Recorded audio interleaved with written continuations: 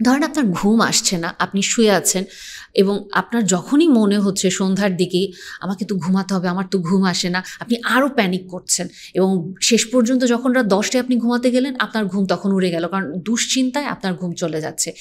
ঠিক এডিএইচডিতে আপনি যখন জানেন আপনি সাফার করছেন, আপনার ডায়াগনোসিস আপনার সামনে বা আপনি নিজেই সিমটম মিলিয়ে গুগল করে আপনি জেনে গিয়েছেন কোনো কারণে অ্যাসেসমেন্টের মাধ্যমে, আপনি তখন স্ট্রংলি বিলিভ করেন আমি সব কিছুই একেবারে শেষ মুহূর্তে করতে পারবো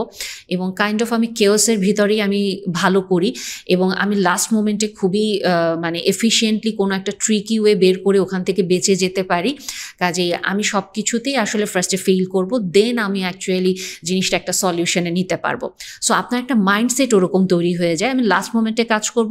ভজঘট পাকাবো, এরপরে ওইটা আমি আবার খুব সুন্দর একটা সলিউশন করে ট্রিকি ওয়েতে বের করে নিয়ে আসবো।